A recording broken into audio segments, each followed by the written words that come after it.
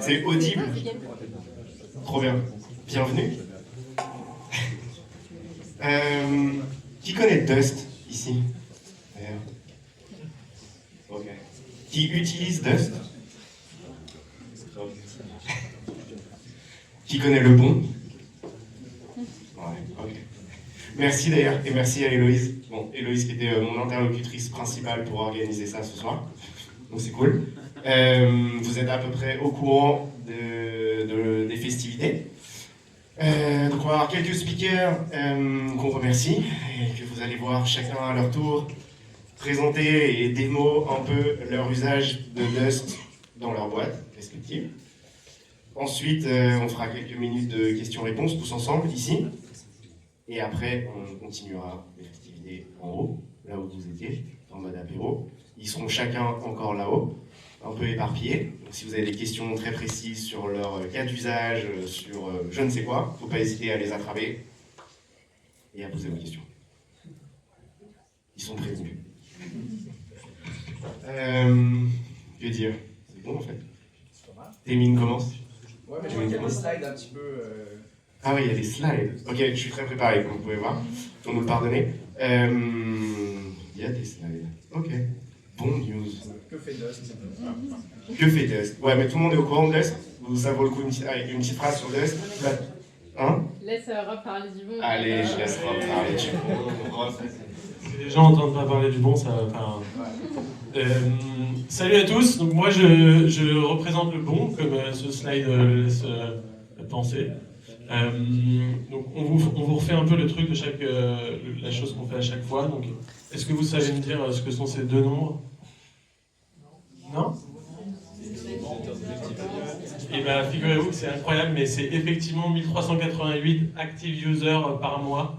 Monthly Active User, donc bravo le bon parce que c'est le all-time high depuis la création du bon il y a 5 ans. Je crois qu'on peut s'applaudir. Et c'est aussi un all-time high pour ceux qui participent, donc qui postent des messages ou écrivent à des gens, tout ça. Donc bravo encore, félicitations. Et donc on est très content en tant qu'ambassadeur du bon. Et donc, moi je voulais déjà aussi remercier Dust parce que c'est vraiment cool de faire un partenariat avec une des boîtes les plus cool de l'écosystème IA, au moins en France et sûrement dans le monde aussi, j'imagine. Et donc un grand merci. Et un grand merci aussi à Héloïse qui, quand elle débug pas les flows pourris que j'ai créés chez Sunday dans Salesforce, organise aussi ce genre de super event. Donc merci à elle. Bravo. Et le dernier petit point, et après je laisse la parole, c'est juste le prochain event, donc le 4 juin, vous pouvez déjà le noter dans votre calendrier. On fera un truc un peu plus retour au basique du RevOps, du building, des trucs qu'on aime bien faire. Avec le super titre qui a été choisi en grande majorité par la communauté. Donc notez la date. Et aussi si vous avez des espaces que vous voulez accueillir, on peut le faire chez vous aussi. Voilà. Merci, je repasse. Deux mots. Ouais, non, 2 mots. Au-delà des remerciements et tout. Mais sur Dust, en une phrase, plateforme no-code qui permet à tout le monde de créer ses propres agents IA à partir de toute la data et base de connaissances de sa boîte. Okay, et ensuite chaque agent basé sur n'importe quel modèle, en tout cas le plus pertinent par rapport à la tâche que vous voulez effectuer. Okay, soit Mistral, Gemini, OpenAI, Anthropic, etc. Ça c'est sur Dust. Sur le lieu, d'ailleurs, on fait de plus en plus d'événements pour le coup. Hier soir, c'est pour ça qu'il faut nous pardonner. Il y a quelques gens de la team Dust aussi, tiens, tout à l'heure pour l'apéro, si vous voulez les attraper aussi. Bref, je vois Adèle là-bas. Je vois Daphné là-bas. Je sais qu'il y a Max qui se balade quelque part. Bref, il y a d'autres gens de chez Dust, donc faut pas hésiter. Le bâtiment, by the way, parce que pour moi ça a beaucoup de valeur, il date du 18e, donc bref, ce genre de pierre et de colonnes. ont vécu quelques histoires à nous raconter. Pour suivre nos prochains événements, donc il y avait une Eng Night par exemple hier soir, on fait des déjeuners thématiques, je reconnais quelques visages d'ailleurs qui étaient là ce midi ou hier, déjeuner en mode intimiste, dizaines de personnes qui viennent par métier, juste pour échanger, se rencontrer, se montrer comment on utilise l'IA dans ma boîte, ce que moi je fais, etc. Et s'échanger quelques tips comme ça. Le meilleur moyen de ne rien louper sur ce qu'on est en train de faire, on vient de lancer une newsletter sur Substack. Donc l'URL comme ça, c'est dusthq ou dusthq.substack.com. Voilà. Si vous suivez ça, vous ne manquerez aucun événement. On a fait un hackathon aussi, vendredi dernier. Je vous connais quelques visages ici. Bref. Et d'ailleurs, en parlant d'hackathon, Wacom, là, que vous avez vu passer, mais ils ont une super démo à montrer d'un agent qu'ils ont justement créé vendredi dernier. Bon, bref. Sans vouloir teaser, spoiler ou pas. Mais Témine, c'est pour toi. Témine qui était d'ailleurs les premiers. Non mais Témine qui, première édition de la newsletter qui est partie cette semaine, l'interview principale de cette newsletter. Témine, à toi. Merci Kev.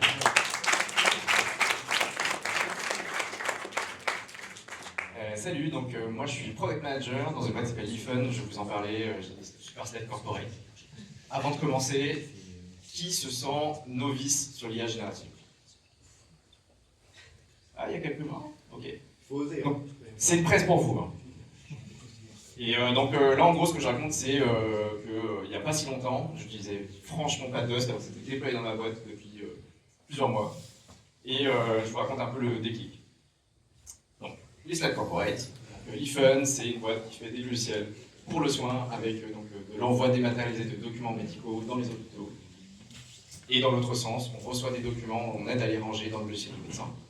Et de l'autre côté, on accélère la recherche sur les maladies rares grâce à l'IA avec l'eFun Data Lab qui permet de structurer de l'information dans des documents médicaux. Donc généralement, on va chercher une quarantaine de variables, des maladies, des génomes, des traitements, etc. Et donc on fait ça avec de l'IA. Et donc c'est pour vous dire que c'est une boîte où l'IA est très présente. 160 salariés, on est présent dans un quart des hôpitaux en France, il y a un quart des Français qui reçoivent un document via l'eFun chaque année. On est French Tech 120, tout ce que vous voulez, voilà. Hop, et donc ce qu'on fait globalement, c'est qu'on prend des documents médicaux qui ressemblent à ça, donc du texte, et on va chercher des informations là-dedans, et donc c'est ce qu'on fait depuis maintenant bientôt 10 ans. Et donc on l'a fait avec du machine learning évidemment, parce que les LLM n'étaient pas encore disponibles à ce moment-là. Et donc on fait ça at scale, donc là vous voyez 1 million de prédictions par jour en temps réel.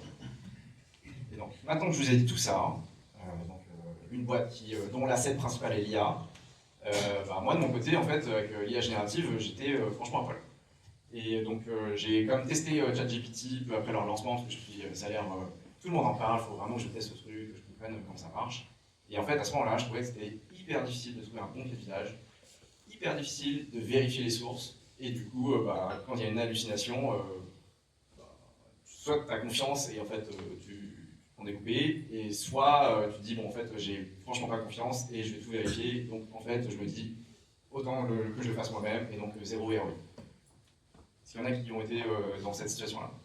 Ok, cool, je me sens moins seul. Le déclic, donc je vous disais, c'était hyper récemment, je parlais un mois et demi. Et donc en fait, je suis passé de je ne sais pas du tout à putain, c'est bon, j'ai compris et j'ai trouvé à quoi ça me sert. Comment c'est arrivé? Donc déjà, en fait, se tenir au courant, c'est des choses qui évoluent tout le temps. Chaque mois, il y a des nouvelles features, il y a des nouveaux modèles qui permettent de nouvelles choses. C'est assez violent comme évolution technologique. L'autre point, c'est d'être exposé à des enthousiastes qui partagent leur cas d'usage. Je pense qu'il y en a pas mal là. Dans mon cas, c'est une communauté Slack qui s'appelle iPad Club. Donc, c'était lancé par l'ancien CPO de Blablacar, qui est parti du même constat, de se dire que en fait, il faut partir de cas d'usage pour trouver de la valeur, pour trouver des bons exemples, pour comprendre comment ça marche et comment je peux m'en servir dans mon quotidien pour soit gagner en productivité, soit arriver avec des nouveaux cas d'usage auxquels je n'aurais même pas pensé. Comment écrire des bons comptes? Super important. Je me souviens des premiers que je rédigeais sur ChatGPT, sur ma slide précédente. Et c'est normal que j'arrivais pas à avoir des bonnes réponses. Parce que s'il n'y a pas de bonne data en entrée, il n'y a pas de bonne data. Et dernier point, donc c'est la maturité des technos LLM, donc notamment avec, moi j'utilise beaucoup Claude 3, qui est super puissant, notamment pour manipuler la data, du code, pour faire des rendus visuels, et je vais vous en parler un petit peu. Donc ouais, mes 4 usages les plus fréquents, c'est ces 3-là, je vais vous montrer ça rapidement sur Dust. Donc un, Prompt Wizard, donc grosso modo c'est mon méta-prompt, c'est ce qui m'aide à rédiger des bons prompts. Deuxième, c'est que je bosse dans la santé sur des technos assez poussés IA, et en fait il y a du jargon partout tout le temps, c'est horrible. Et en fait, si je devais chercher à chaque fois, franchement j'y passerais grave du temps. Et surtout qu'en fait, c'est non seulement il faut comprendre les acronymes, en plus il faut comprendre toute la complexité qu'il y a derrière. Ça m'aide de ouf. Et donc le bonhomme là qui est sur l'image, c'est un scientifique ultra connu, qui s'appelle Richard Feynman, qui avait... je vois peut-être yes. Et donc c'est quelqu'un, donc un scientifique de renommée, très connu pour faire des analogies avec des choses de la vie courante, qui a une capacité à prendre des concepts ultra compliqués et les rendre super simples. Et donc évidemment, mon domaine jargon helper, il joue ce rôle-là. Et troisième, c'est pour prototyper, prototyper. Et donc là, vous voyez sur la droite, c'est basé donc, sur une représentation visuelle que j'ai demandé à Claude, sachant que je suis une fille en anatomie. Et donc on me donne plein de spécialités médicales, voilà, et donc en fait je ne sais pas du tout ce que je manipule, donc chirurgie, orthopédique et traumatologique, je ne savais pas quelle partie du corps ça concernait. Et donc en gros, je suis parti d'une liste de spécialités médicales, et je fais... tu peux m'expliquer en gros sur quelle partie du corps sont associées ces spécialités de chirurgie? Et je ne m'attendais pas à ça, il m'a sorti donc une représentation, donc vue anatomique, vous voyez un petit bonhomme. Et ce qui est assez incroyable, c'est que du coup, c'est pas statique. Donc en fait, au over là sur les lignes, ça highlight des parties du corps. Voilà. Place à la déco. Alors, je commence par vous parler de mon super prompt wizard. Non, c'est bon. Alors là, franchement, vous voyez rien.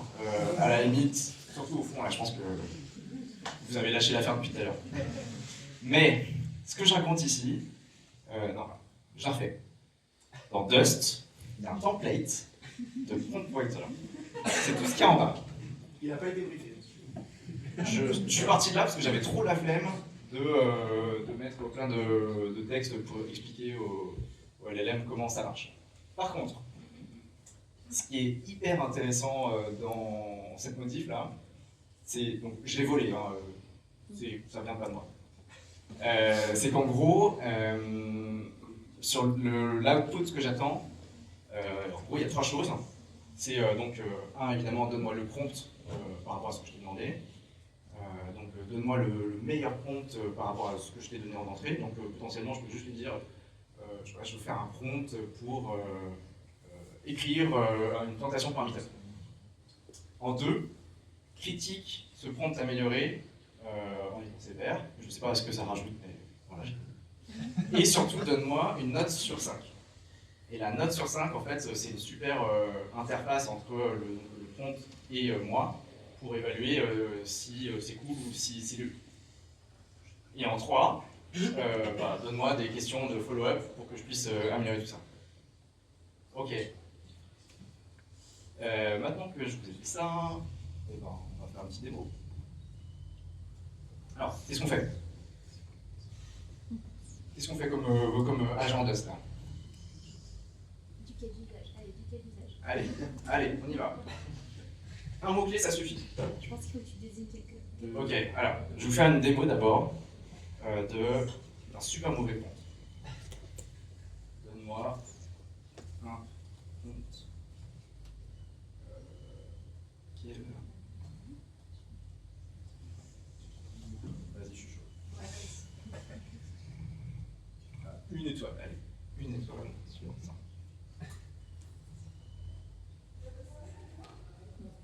Voilà. Ça, c'est nul. Mettre ça dans un agent Dust, c'est archi nul. parce que du coup, bon là, après il explique plein de choses, pourquoi c'est nul et comment tu peux l'améliorer. Voilà. Maintenant que je vous ai montré ça, ça vous a prouvé qu'il est capable de me dire ce que c'est un super mauvais prompt. Maintenant, la personne se chauffe là. Les dernières actualités sur Business Operation. Oh là là là là. Ok, les... Fais-moi un prompt qui...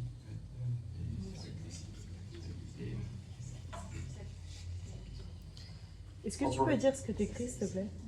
Fais-moi un prompt qui me donne les dernières actualités du Business Operations Network. Et c'est là qu'en ce moment qu'on m'a Parti. à jour le site.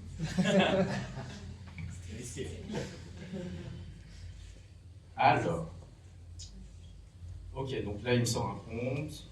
Ouais, je pense qu'il s'est loupé, il a mal compris. C'est pas ce que c'est Business Operations. On est dans une cape. Mais donc là, vous voyez que c'est un prompt système. Et donc il me dit que tu es un super business ops analyst, nanana. Donc il a rien compris. Donc là, il me dit bah, je pense que je me suis mis 3 sur 5. Et donc ce qui est trop bien, c'est que tu as une super structure. Par contre, il y a des faiblesses, ambiguïté sur voilà, Business Operation Network, parce que je ne lui ai pas dit ce que c'était. Donc là, vous voyez, en entrée, je lui donnais de la merde. Et du coup, en sortie, forcément, il fait ce qu'il peut. Donc là, il faudrait que j'itère un petit peu sur mon compte pour expliquer ce que c'est, où est-ce que je peux trouver l'information et tout. Donc avec Dust, on peut par exemple dire bah, l'information tu vas la choper sur ces URL-là. Du coup, ça me permet de me tenir au courant sur le bon contenu. Ok, donc là, je vous ai montré un exemple pas super convaincant. Mais je peux vous dire que donc, tous les autres assistants, je les ai créés avec ça, et franchement, c'est le feu de Dieu. Parce qu'à la base, je faisais des trucs vraiment naïfs en me disant non, mais c'est bon, j'ai compris, j'ai lu des articles, tu dis que tu as un rôle, par exemple, tu es AI analyst, et tu vas essayer de donner un peu des tips, des exemples et tout. Et en fait, je me suis rendu compte en passant à la moulinette qu'il y avait pas mal de lacunes dans les différents prompts que j'ai écrits, donc j'en ai pas mal réécrit. Le deuxième. J'ai combien de temps encore? J'en fais un dernier? Allez, j'en fais un dernier. Le deuxième, du coup, c'était sur le jargon. Donc je vous disais, boîte de santé, boîte où il y a pas mal de tech, et donc notamment des sujets d'IA et d'infra, sujets sur lesquels, franchement, je connais pas grand-chose. Et donc là, j'ai pris un exemple voilà, qu'on m'a partagé tout à l'heure. Donc on m'a demandé, en gros, si j'étais chaud pour incorporer des sujets d'interaction entre les médicaments et les aliments. Donc, vrai truc dans la santé. Donc il y a des risques si vous utilisez telle molécule et que vous consommez par exemple du café ou du pamplemousse. Du coup, il peut y avoir des interactions qui sont super dangereuses. Sauf que moi, en fait, je connais rien. Je ne sais pas comment ça fonctionne, je ne sais pas combien ça coûte au système de santé, qui est concerné, etc. Et donc, du coup, là, je me suis basé sur mon super assistant, qui a mis un peu de temps, donc là, je vous épargne le temps de chargement. Et du coup, derrière, donc, basé sur le role-playing de Richard Penman, qui me donne une explication super simple en quelques bullet points sur ce sujet-là. Donc, là, donc, il me dit qu'est-ce que c'est une interaction médicament-aliment, c'est quoi les principaux risques, c'est quoi les aliments concernés, c'est quoi l'impact économique, etc. Je lui ai demandé de me faire un peu de visualisation, donc ils m'ont fait une qui peut me donner une représentation mentale de ce que c'est. Et surtout, il me donne du coup des follow-up. Donc il me dit, pour en savoir plus, tu peux checker ça, le coût pour le système de santé c'est ça. Et donc derrière, moi, en gros, ça me donne un aperçu assez rapide de cette problématique. Et je peux follow-up là-dessus en faisant plusieurs de questions à cet assistant. Ouais. Tu l'as lié du coup à quelle donnée? Et ben, Internet.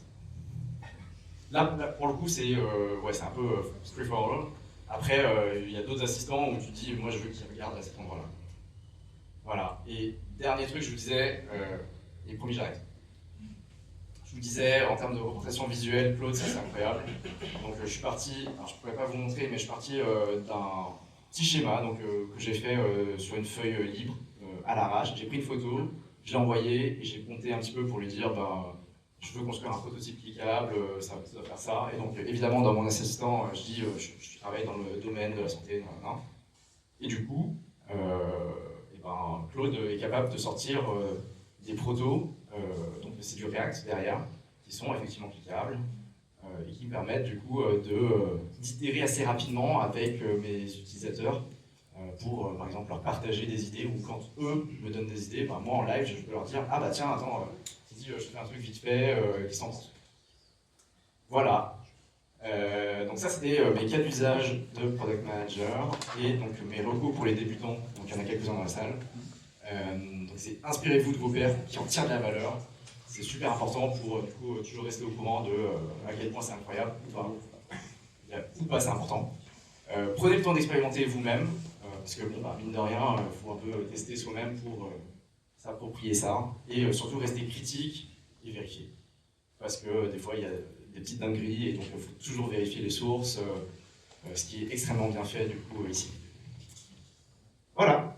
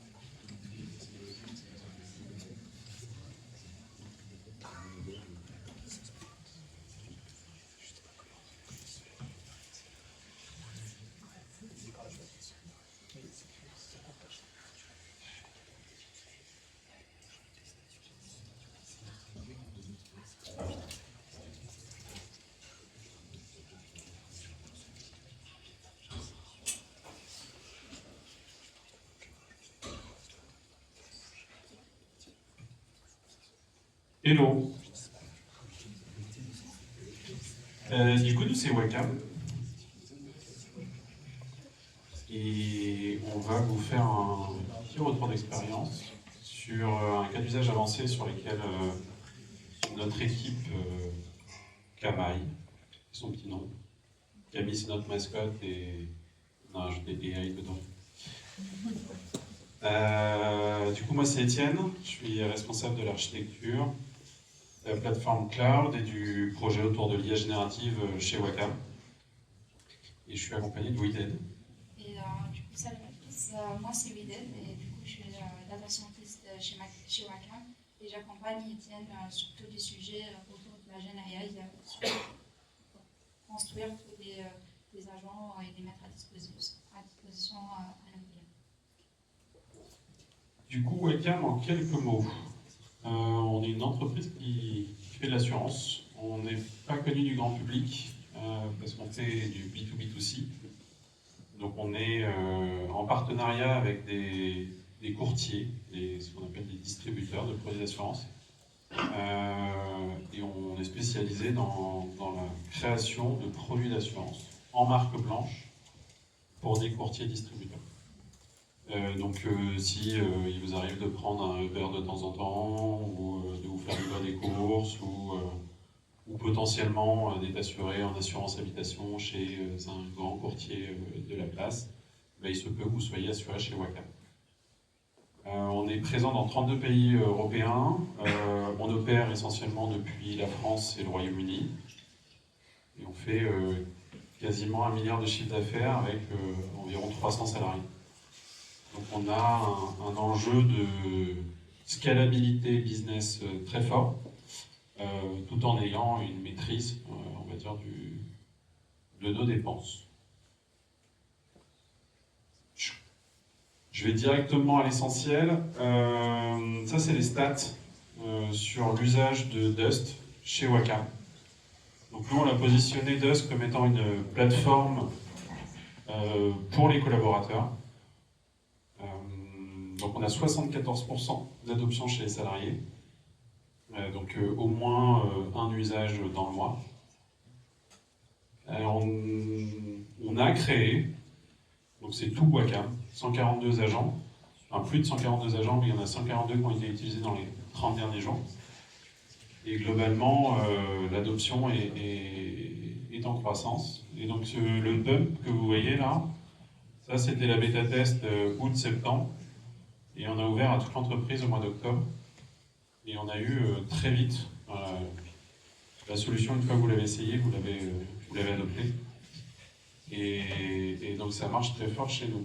Le modèle le plus utilisé, c'est Claude, à la fois dans les assistants, on va dire, spécialisés sur des cas d'usage, un data analyst, un qui aide à écrire des mails, un qui aide à écrire des prompts, un qui aide à coder, etc. Ils sont globalement tous sous Claude 3.5 sonné, et on est en train de les passer progressivement sur Claude 3.7. Mais sinon, on laisse également disponibles les modèles en direct, sans prompt particulier de la part de Waka, pour que les personnes puissent tester, s'en servir, etc. Et du coup, pour vous donner un ordre de grandeur, on a plus de la moitié des messages, c'est directement avec du Claude ou du GPT-4o, et le reste sur des cas d'usage des agents spécialisés. Et du coup, notre cas d'usage Partner 360. Alors, on a travaillé dessus durant le hackathon, mais on n'a pas démarré durant le hackathon. Ça fait plusieurs semaines, voire quelques mois qu'on bosse dessus. Donc la problématique, on fait du B2B2C et on a 120 partenaires distributeurs avec lesquels on travaille sur différentes géographies, différentes nationalités, et donc on est très branché auprès de nos partenaires, quelles sont leurs actualités, quelle est l'actualité de leur marché, quelle est leur actualité avec nous, combien de contrats d'assurance ils ont vendus, les sinistres qui ont eu lieu, les volumes, les montants, qu'est-ce qu'on a dans les contrats, en gros tout le volet opérationnel, news, actualité. Et ce qu'on vous présente là, en fait, c'est le macro-process avant qu'on fasse un peu le bilan, alors mensuel, trimestriel, avec un de nos partenaires distributeurs. Et dedans, il y a, on va aller chercher de la recherche, on va faire de la recherche un peu partout dans les différentes sources de données chez Wacom. On va faire de la recherche sur Internet. On va essayer de produire des sortes d'états financiers un petit peu. Bref, tout mis bout à bout. Ça fait une journée de travail à peu près. Et je ne vous compte pas toutes les interactions. J'ai demandé à un tel qui me répond une semaine plus tard, qui lui-même a dû demander à quelqu'un d'autre, un tel est en congé, etc. Je vous passe tout ça parce que potentiellement, on est sur des délais qui peuvent être beaucoup plus longs. Et du coup, c'est là où on a eu l'idée, avec toutes les capacités que nous offre Dust, de brancher nos différentes sources de données et de créer un agent qui nous offre une vue 360 degrés sur nos partenaires distributeurs. Et c'est là que je vais passer la main à Wided. Donc, comme Étienne vient juste d'expliquer, nos équipes métiers sont régulièrement en train de manipuler et chercher les informations dans des différents endroits. Et donc, c'est là où ça intervient l'agent 360. C'est justement pour rassembler toutes ces différentes données de différentes sources dans un même endroit et les rendre disponibles aux équipes métiers rapidement. Et donc, le partenaire 360, concrètement, il centralise 5 différents types d'informations, que ce soit les informations qui sont internes à l'entreprise et les informations externes à l'entreprise. Que ce soit structurées ou semi-structurées ou non structurées. On peut trouver aussi des données financières qui se trouvent dans des fichiers Excel, sous différentes versions, dans SharePoint, des données non structurées qui sont dans des PDF, dans SharePoint, qui sont vraiment limitées à certaines équipes dans l'entreprise. On cherche aussi à trouver des informations sur le web, sur nos partenaires. Il y a des informations non structurées qui se trouvent dans tout le web. Et on a aussi d'autres informations dans nos outils internes. Et on a plusieurs informations, on essaie de tout englober Et donc ça, c'est la force de Partner 360 pour rendre ça disponible rapidement à nos métiers, pour qu'ils aient une vue 360 rapidement et qu'ils peuvent optimiser notre collaboration avec le partenaire le plus rapidement possible. Donc, pour illustrer un peu comment on a construit notre agent Partner 360, on a utilisé Dust et aussi d'autres technologies. Donc, on a utilisé Prefect, qui est une plateforme d'orchestration des pipelines de données. Snowflake, qui est une plateforme cloud pour stocker les données. Et aussi DeFi, qui est une plateforme low-code, no-code, qui permet la création des agents IA et des workflows agentiques avec différents plugins et aussi des chatbots. Et aussi on a Retool qui nous permet de construire en low-code rapidement des interfaces utilisateurs et les rendre disponibles rapidement à nos métiers. J'en profite, le dashboard que vous voyez là, c'est une application Retool. On télécharge de l'API de Dust les usages en CSV, on les ingère et on les affiche dans cette application. Ouais, on a un workflow Retool qui permet d'alimenter cette donnée emplacement. Donc l'architecture derrière notre agent, nous on utilise Dust pour construire nos agents et notre agent Partner 360, il a accès à différents tools. Donc, il a plusieurs tools qui sont tous construites à base des Dust App qui est fourni par Dust. Et donc on trouve le web search, l'outil web search qui permet de récupérer les informations sur nos partenaires sur le web. Et donc pour celui-là, on a construit un workflow sur DeFi qui permet de faire de la deep search et d'itérer sur certains indicateurs. Donc on a plusieurs indicateurs qu'on a repérés, donc qui est le CEO, c'est quoi la stratégie de développement de notre partenaire, c'est quoi les news sur notre partenaire, son chiffre d'affaires. Donc tout ça, on le fait avec un workflow DeFi pour faire la deep search et on déclenche le workflow DeFi à travers une Dust App pour rendre accessibles les informations à notre agent le plus rapidement possible. Et on a un autre outil qui permet de récupérer, donc le Financial Indicator Tool, qui permet de récupérer les données financières sur notre agent, sur notre partenaire, pardon. Et donc c'est les informations qu'on a avec notre partenaire et c'est produit. On a un fichier Excel qui est produit par les actuaires qui se trouve dans un grand fichier Excel. Nous on a essayé de stocker ce fichier Excel dans Snowflake chaque mois. Et avec la Dust App, on peut directement trigger cette table et faire des agrégations et récupérer les métriques dans Dust. On a un autre outil qui permet, Contra Indicator Tools, qui permet de récupérer les données, les indicateurs de... On extrait les indicateurs de contrat qui se trouvent dans SharePoint. Donc nous, ce qui nous a facilité Dust, c'est vraiment l'indexation de tous nos dossiers SharePoint.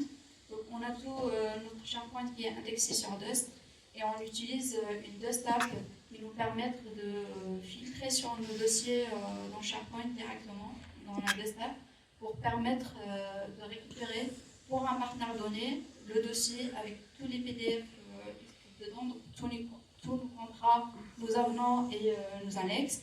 Et nous, derrière, on traite avec un LLM contrat par contrat et avec du function calling, structured output pour récupérer tous les indicateurs de contrat. Et on stocke ça dans Snowflake. Pour ça, ça prend du temps parce qu'on a beaucoup de dossiers qui sont dans SharePoint. C'est pour ça qu'on a fait un traitement asynchrone qui est lancé mensuellement avec un flow Prefect et qui est créé dans Snowflake. Et après nous, on a une Dust App qui permet de récupérer directement ces informations à partir de Snowflake. Le jour du hackathon, on a créé un autre tool qui est Document Generator Tool. On a fait un autre workflow dans DeFi qui permet de récupérer le markdown généré par l'agent de Dust et envoyer ça au workflow DeFi pour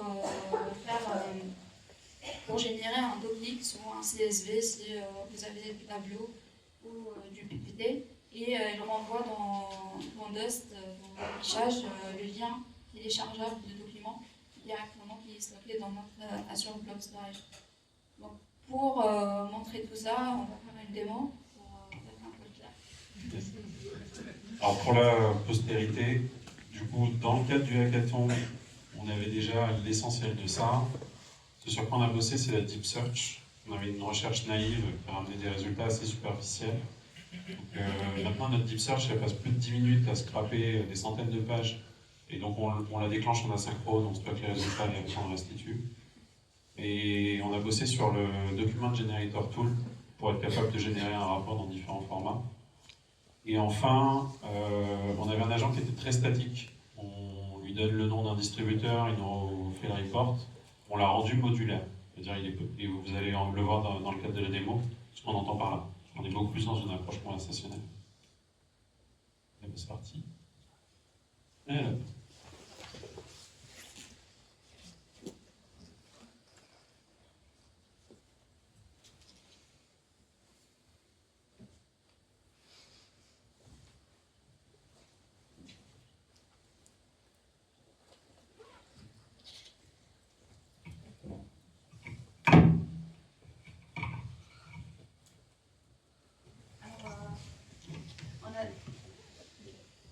On a sensorisé les informations pour la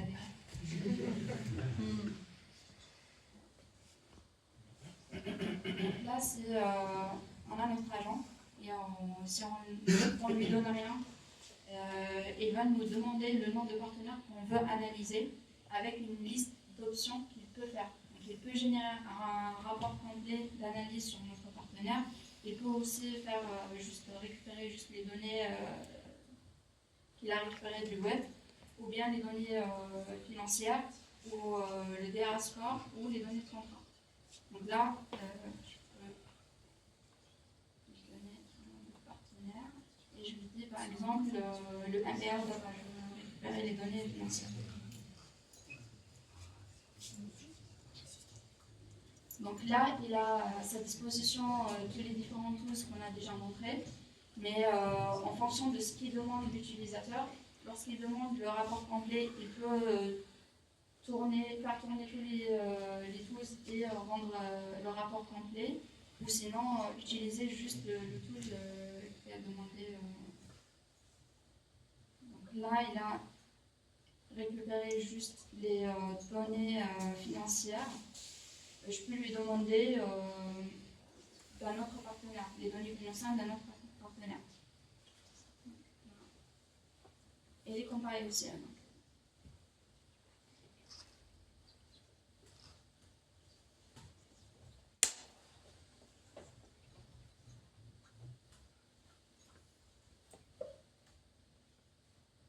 Donc là, ce qu'il va faire, c'est qu'il a déjà lancé le MPR tool pour récupérer les données financières de Soleazar. Il ne va pas le refaire tourner.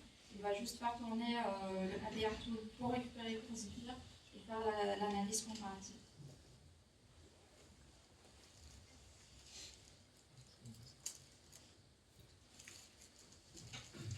Et donc ça, c'est du live query sur Snowflake. Là, on n'est pas dans du RAG, c'est pas la donnée préindexée. On est vraiment sur des requêtes live qui se font sur la donnée qui est stockée dans Snowflake. Donc là, je peux lui demander les données sur le web.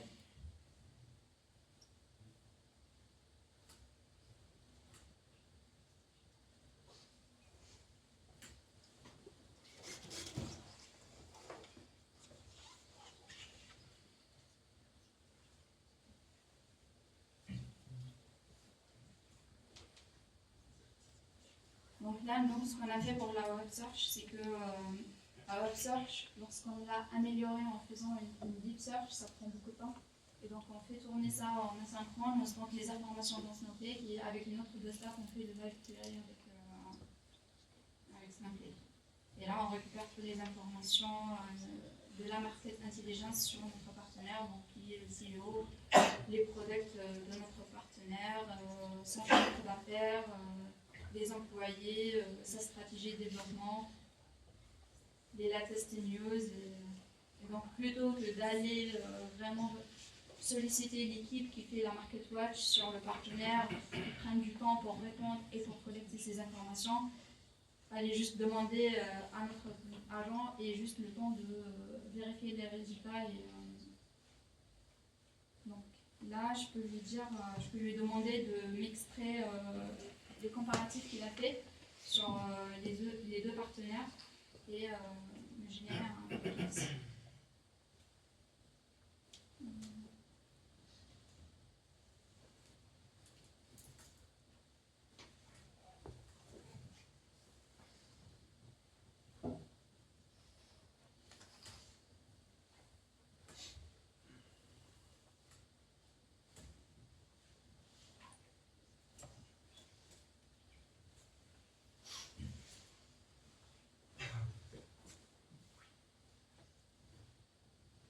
Alors, spoiler alert, on l'a développé, mais Dust va l'avoir en fonctionnalité native dans quelques semaines.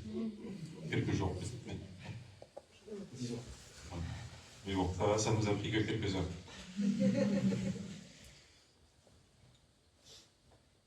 Donc là, il va prendre le markdown qu'il a généré pour sa comparative et il va me rendre le lien de fichier.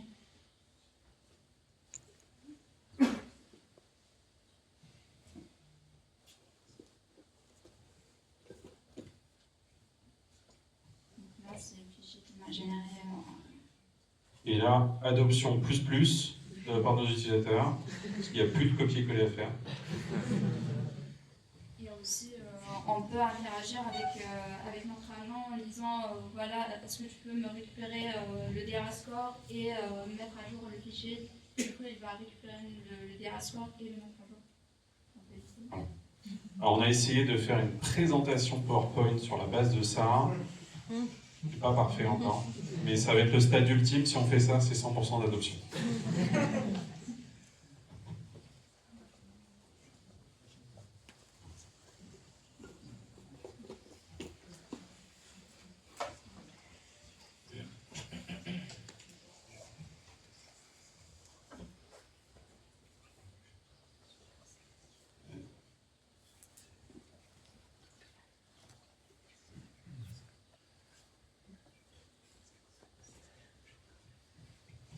Donc, le plus grand défi, c'était vraiment sur la qualité de données, parce qu'on avait des données dispersées des différentes sources d'informations. Le plus chiant, c'était qu'on avait les indicateurs financiers dans un grand fichier Excel qui n'était pas possible de l'indexer sur Dust et qui n'était pas récupérable par l'API Graph de Microsoft. Et chacun travaille sur sa version de fichier. Donc le LLM ne peut pas savoir quoi récupérer pour chaque version, parce qu'il n'avait pas les métadatas pour chaque document. Donc nous, ce qu'on a fait, ça c'était un peu un problème, mais on a opté par faire une interface sur Retool que les métiers, à chaque mois quand ils génèrent le fichier MPR, ils déposent une version dans Retool. Et nous, dans Retool, on a un workflow comme une data interface, data contract, on traite le fichier et on le stocke directement dans Snowflake. Et après nous, ce sera accessible directement dans Dust et facile. Et on avait aussi des PDF sur SharePoint, sur plusieurs aussi formats, qui sont stockés dans des endroits qui étaient privés à des équipes. Et les équipes prennent du temps pour répondre à d'autres équipes. Donc c'était un peu compliqué, que ce soit pour l'agent pour traiter cette masse de données et cette masse d'informations, et aussi, même pour nous, on ne connaît pas vraiment le métier pour savoir quel document on prend pour récupérer cet indicateur. Comment vous avez fait du coup pour l'aider à décider quel était le bon document à prioriser? On l'a pas fait. On leur a demandé de curer les données. De nettoyer. En gros, en particulier pour la base contrat, on a un dossier destiné à Dust qui aujourd'hui sert de source de données de référence. C'est-à-dire qu'ils l'ont fait à côté de leur process, et maintenant c'est au milieu de leur process. Ils ont fait un dossier dans lequel on a mis tous les documents, la dernière version signée. Il a été créé pour Dust, et en fait aujourd'hui il est utilisé comme source de référence par ces équipes pour contenir les dernières versions de contrat. Et même même eux, ils ont vu le potentiel que l'agent il peut extraire des informations et du coup ça lui motive de cleaner un peu les données et mettre juste la version finale signée dans un dossier spécifique. Sachant qu'il y a un truc qu'on n'a pas testé à l'échelle, mais avec la notion de filtre maintenant sur les sources de données, il est possible d'ajouter des tags, l'équivalent de tags, que ce soit dans Google Drive ou dans SharePoint. Dans SharePoint, c'est des colonnes personnalisées. Et en fait, on pourrait imaginer se dire qu'on ajoute un tag version finale. Et dans la configuration des agents, quand on donne des tools, on met un filtre sur ça. Donc on récupère les informations sur le filtre pour ne pas indexer et pour une fois bénéficier de l'indexation de DOS sur ça. Ouais. Merci.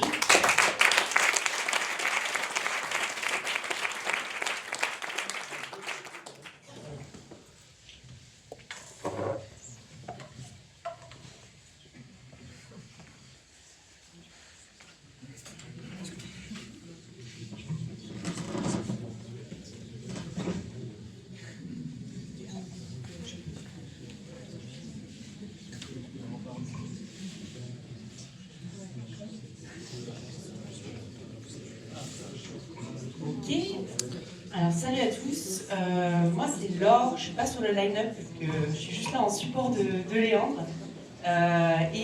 Donc on parle de Miracle, je fais une petite intro sur Miracle, sans slide corporate, parce que voilà, on n'a pas pris. Donc Miracle, qu'est-ce que c'est? C'est le leader mondial des places de marché, des solutions de places de marché, donc de marketplace. On a 450 clients qui sont principaux dans toute l'Europe et également aux US. En France, nos clients, c'est Leroy Merlin, c'est Decathlon, c'est Nature et Découverte, But, etc. Et donc, si vous achetez sur le marketplace Leroy Merlin, ça passe par nos systèmes. En fait, on permet à nos clients de se brancher à des vendeurs tiers, donc des marques, des revendeurs, etc. Donc, chez Miracle, on est un peu plus de 700. On a engagé un partenariat avec Dust assez récent. En fait, on a fait un pilote en fin d'année dernière et on a ouvert à tous nos employés en février.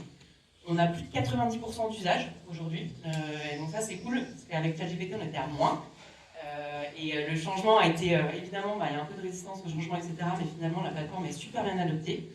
Et un des premiers cas d'usage qu'on a eu, qui avait été identifié, et qui nous tient à cœur, parce que moi je suis responsable des équipes Analytics Engineering et des initiatives d'IA interne chez Miracle.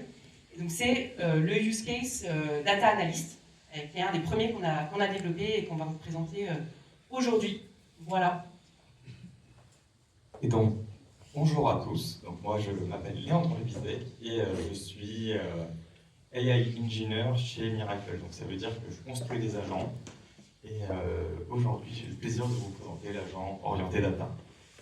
Donc cet agent, il part d'un constat en interne qui est que nos product managers, ils ont une expérience avec l'analyse de la data qui peut être parfois vraiment compliquée.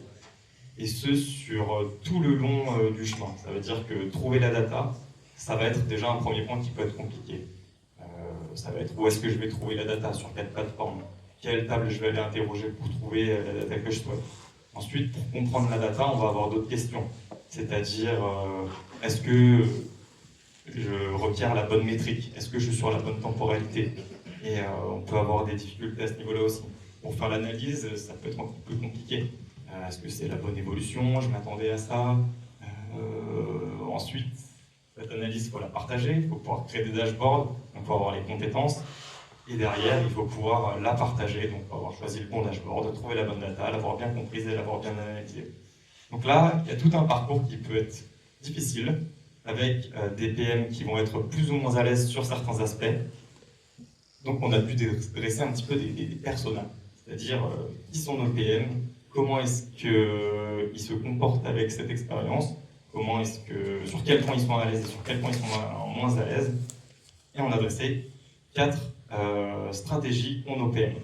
Donc le premier, qui va être un petit peu le moins autonome, ça va être le Joker User. Il va directement demander à nos ingénieurs, j'ai besoin de cette data, est-ce que vous pouvez me faire le dashboard et moi je partage au client. C'est très pratique pour lui, un petit peu moins pour les ingénieurs. Derrière, on va avoir le no-code user, donc là, en utilisant les fonctionnalités no-code de Metabase, en utilisant des Google Sheets, il va pouvoir déjà faire des choses aussi un petit peu plus autonomes, mais au final, il va falloir quand même avoir une action des ingénieurs derrière pour finaliser et avoir quelque chose de présentable pour le client. Derrière, on va avoir les experts SQL, donc eux, déjà beaucoup plus autonomes, ils savent exactement comment trouver leur data, pour la partager, c'est parfois un petit peu plus compliqué. Et derrière, bon, bah, les experts ici, qui peuvent utiliser tout un tas d'outils pour créer en autonomie leur dashboard, partager la data. Là, a priori, il y a besoin d'un petit peu moins d'aide. Et donc nous, l'idée, c'est d'arriver à se placer au milieu de tous ces personas, de tous ces PM, et de leur proposer une solution qui pourrait leur convenir. Ça, aussi bien au Joker user qu'à l'expert manuel qui souhaiterait gagner du temps pour se concentrer sur des choses plus intéressantes. Donc le problème, c'est qu'ils veulent pouvoir créer facilement et de manière autonome des analyses fiables et proposer la meilleure expérience utilisateur à nos clients. Donc notre solution, il y a différents piliers. Il y a le premier pilier, c'est Metabase. Donc là, on a déjà des outils de visualisation, on a des tools no-code, on peut faire du SQL, c'est déjà un premier step d'autonomie. Derrière, on a la documentation en interne qui est hyper importante. Où là, on a toutes nos tables qui sont décrites, on a tous nos champs qui sont décrits, on a toutes nos métriques qui sont décrites. Donc là, si un PM il a un doute à un moment sur une métrique, il peut dans un premier temps consulter cette documentation, et derrière, si c'est toujours pas clair, demander l'assistance. En plus de ça, donc pour bien savoir utiliser Metabase, pour savoir utiliser SQL, on a des trainings en interne, qui permettent aussi de se familiariser avec la data platform, le vocabulaire. Et par-dessus ces trois solutions, on vient créer un agent Dust. Et c'est super important qu'il y ait ces trois solutions avant l'agent Dust. Parce que sans ces solutions, l'agent Dust, il ne va pas avoir la bonne data pour, derrière, pouvoir faire des choses intéressantes. Donc cet agent Dust, l'idée, c'est qu'ils prennent en input des requêtes en langage naturel par nos PM et qu'ils soient capables d'écrire les requêtes SQL qui correspondent à ces requêtes en langage naturel. Derrière, il n'a plus qu'à l'utiliser dans le database et il a la donnée qu'il veut. Donc on va faire une petite démonstration en vidéo pour aller plus vite et pour flouter la data sensible. Donc là, on se retrouve sur Metabase. On peut ouvrir notre chère extension Dust avec notre agent qui s'appelle Atlas. Et là, on va lui demander, par exemple, est-ce que tu peux me donner la liste des opérateurs actifs en France? Donc là, déjà, on peut se demander qu'est-ce que c'est opérateur actif? Eh ben, les opérateurs, c'est nos clients. Donc ça, vu qu'il est connecté à notre data, il le sait. Donc c'est nos clients qui ont des plateformes, des marketplaces. Et les opératifs, bon, bah, il comprend tout de suite, grâce au vocabulaire interne et à toute la plateforme, à toute la data à laquelle il est connecté, ce qu'il doit faire. Donc il peut créer la requête SQL en toute autonomie. Il sait quelle table il faut interroger. Il sait comment faire les croisements s'il y a besoin. Il sait où trouver la data et il comprend les métriques qu'on utilise. Là, on arrive à obtenir notre résultat. Donc c'est super parce qu'on a pu faire abstraction de toute la couche un petit peu compliquée auquel pouvaient faire face les PM dans un premier temps. Donc on continue la conversation. Est-ce que tu peux me donner la liste de ces opérateurs? Avec le contexte d'avant, on a cette fois, il sait que je dois récupérer les opérateurs en France. Je sais avec quelle table je dois faire la jointure, parce que tout est super bien documenté, donc on peut aller répéter ce qu'il faut. Donc là, on obtient la table des opérateurs en France. Bon bah, le PM il a déjà gagné beaucoup de temps parce qu'il n'a pas eu besoin de demander tout ça aux ingénieurs, et l'ingénieur il a gagné beaucoup de temps parce qu'il n'a pas eu besoin de le faire pour le PM. On continue, on peut aller toujours plus loin. Est-ce que tu peux me donner, j'ai pas eu le temps de lire la question, c'était je crois le nombre de boutiques actives. Je crois que c'était ça, en France. Donc c'était toujours dans la suite. Donc là c'est une requête encore plus compliquée, il faut aller encore faire plus de jointures. Et bon, si le PM il doit écrire en autonomie cette requête SQL, je pense que vous pouvez comprendre qu'il demande aux ingés quand il a besoin de leur donner assez rapidement. Donc on obtient nos datas, et on a gagné beaucoup de temps. Comment est-ce que ça fonctionne un petit peu plus en détail? En fait, notre agent Dust est connecté à un repository GitHub, et sur ce repo GitHub, on a deux fichiers super importants qui vont être le codex et les métriques. Dans ces deux documents, c'est vraiment toute la documentation sur nos tables et sur nos métriques. Cette documentation, vu qu'elle est connectée à GitHub et qu'elle est connectée à l'agent Dust directement, elle est mise à jour quotidiennement à chaque mise à jour. Donc on a les dernières nouveautés, les derniers chiffres directement en temps réel. Dans ces tables, bon, c'est un petit peu le moment un peu technique, et ça va. On fait juste une description de c'est quoi mes métriques. Par exemple, si je dois définir, si mon PM me demande ma GMV, il faut que l'agent il sache ce que c'est. Donc on doit définir ce que c'est. En gros, c'est le chiffre d'affaires avec quelques subtilités des opérateurs, si vous voulez. Et donc on définit ce que c'est, on définit les différents synonymes, on donne un exemple de comment faire une requête SQL avec, et derrière, on décrit aussi toutes nos tables. Donc on va avoir les informations sur la table, la primary key, les foreign keys si jamais on doit faire des jointures avec d'autres tables, une description de toutes les colonnes, des noms, si on peut des exemples aussi. Et ça va permettre à l'agent de vraiment comprendre comment requêter nos tables en interne et comment sortir le bon résultat. J'insiste là-dessus parce que c'est absolument pas trivial. Il faut vraiment énormément de documentation pour que ça marche. Sans la documentation, l'agent il est absolument incapable de requêter nos tables. Il est, dans un certain sens, un petit peu rassurant quand même. Donc les résultats, c'est qu'on a eu un taux d'adoption, donc sur les 9 PM cibles qu'on avait identifiés, il y en a 8 qui l'utilisent régulièrement, avec une moyenne de 15 messages par mois, par pied.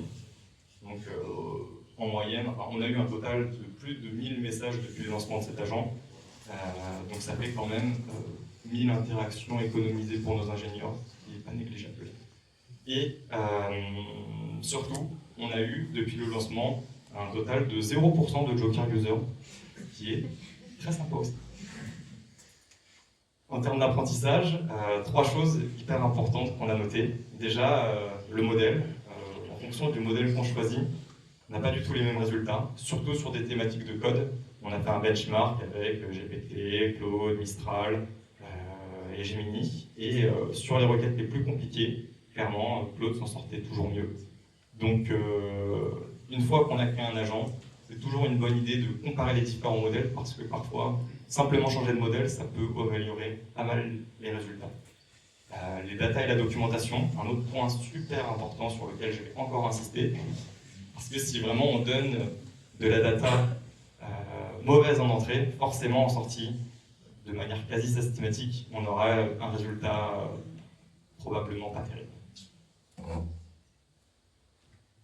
La documentation aussi, parce que sans documentation, on n'a absolument pas la capacité de faire des queries sur nos tables et on n'a pas la capacité de comprendre nos métriques. Donc, encore une fois, c'est le point sur lequel on a dû le plus travailler pour cet agent. Ensuite, le prompt et l'itération sur ce prompt, c'est le dernier point qui est très important, mais un petit peu moins que les deux autres quand même.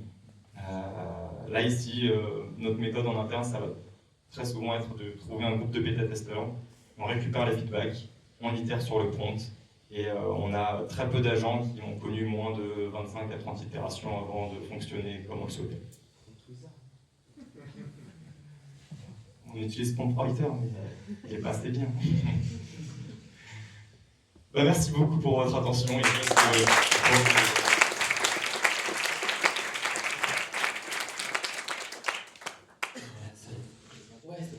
salut à tous.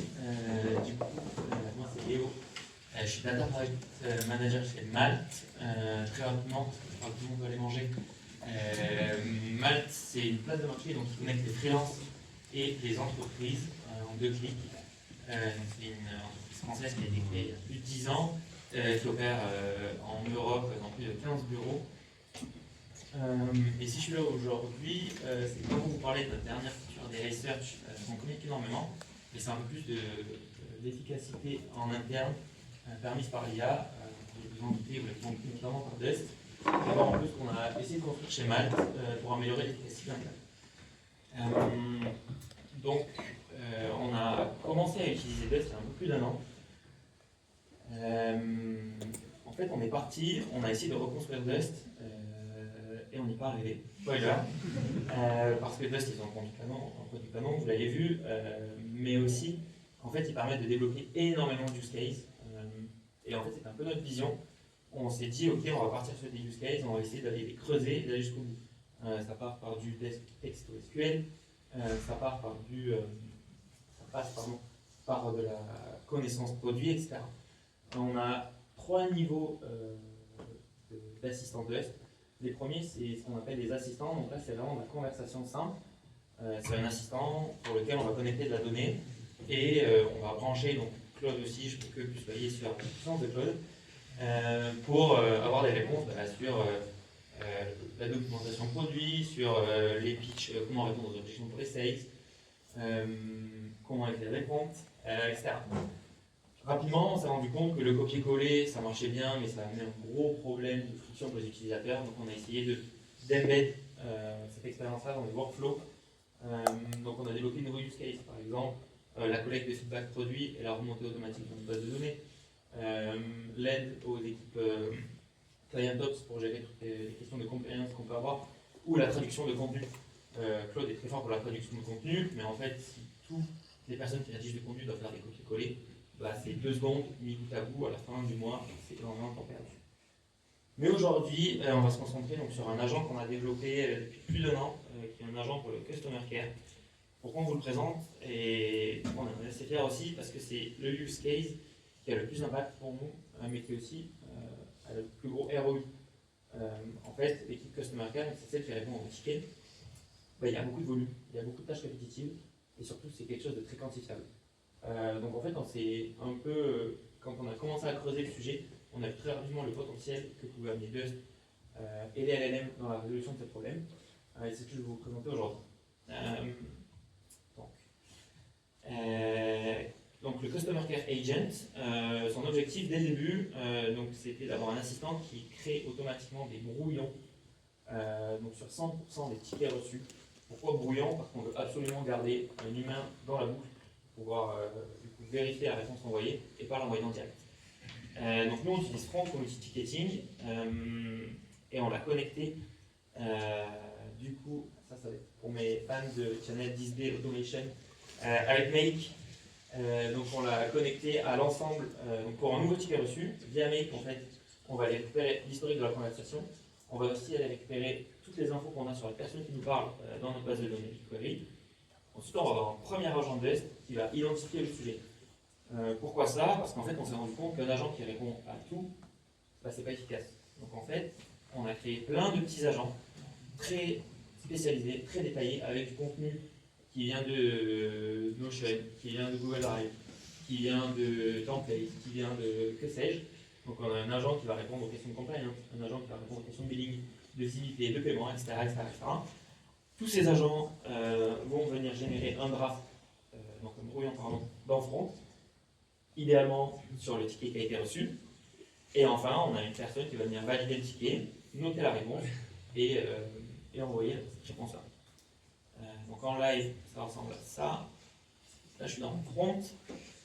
Donc c'est un vrai cas client d'un certain Léo Martin. Si vous voulez lui envoyer un mail, c'est à Léo30. Donc là j'ai envoyé un mail, automatiquement on reçoit une réponse. J'ai aussi la possibilité pour l'agent de mettre un tag, donc là vous l'avez vu rapidement. Là on a notre premier agent intermédiaire, vous savez en vert, qui est venu identifier le sujet du ticket et donc appeler le bon agent derrière. Là c'est du temps réel, donc ça met entre 30 et 40 secondes. Et si jamais ça ne s'est pas déclenché, parce que ça arrive d'avoir des bugs sur mail par exemple, il peut le redéclencher en manuel.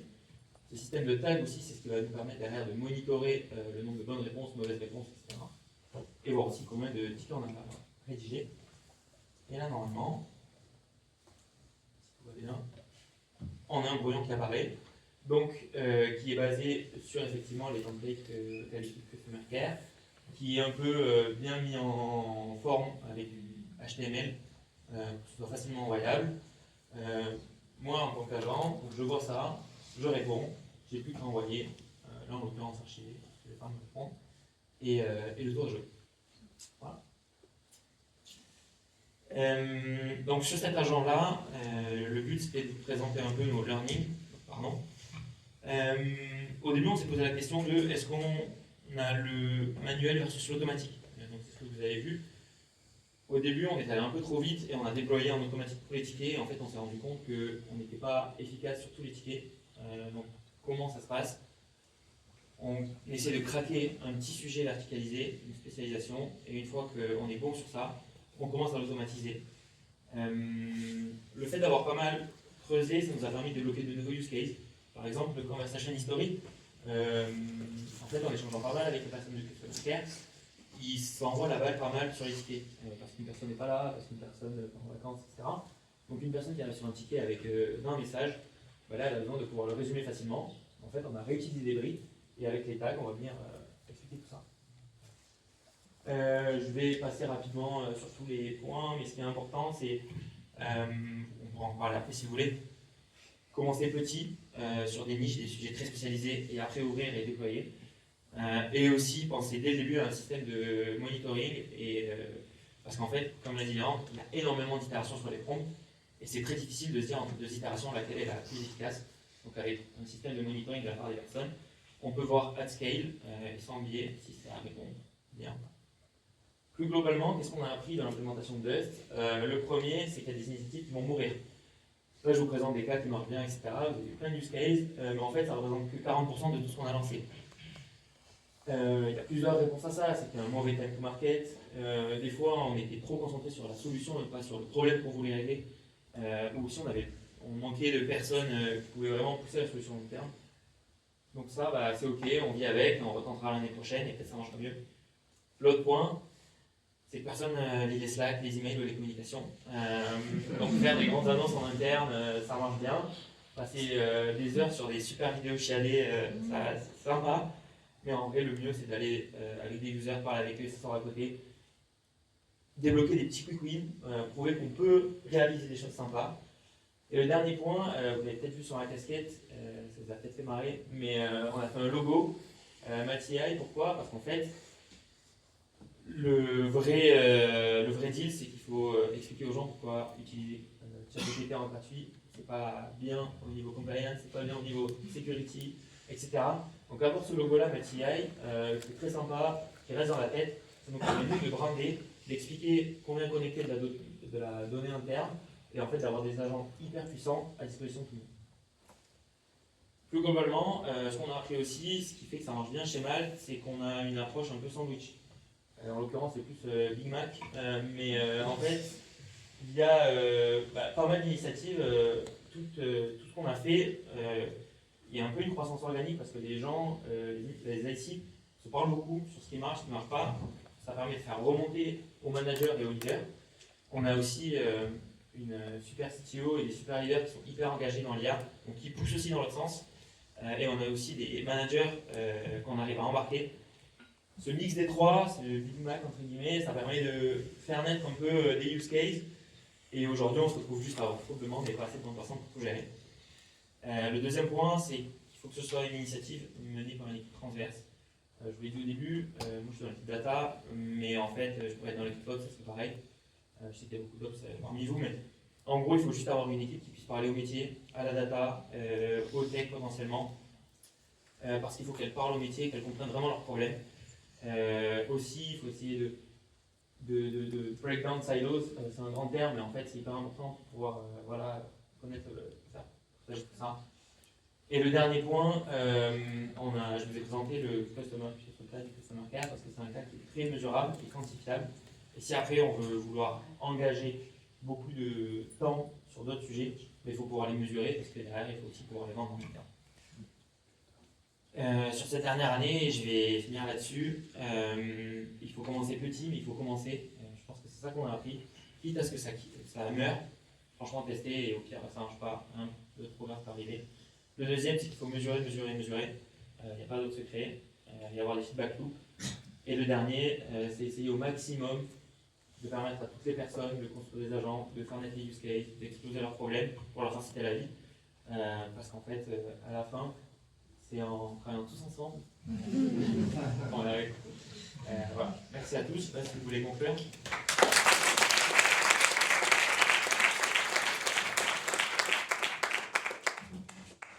Merci.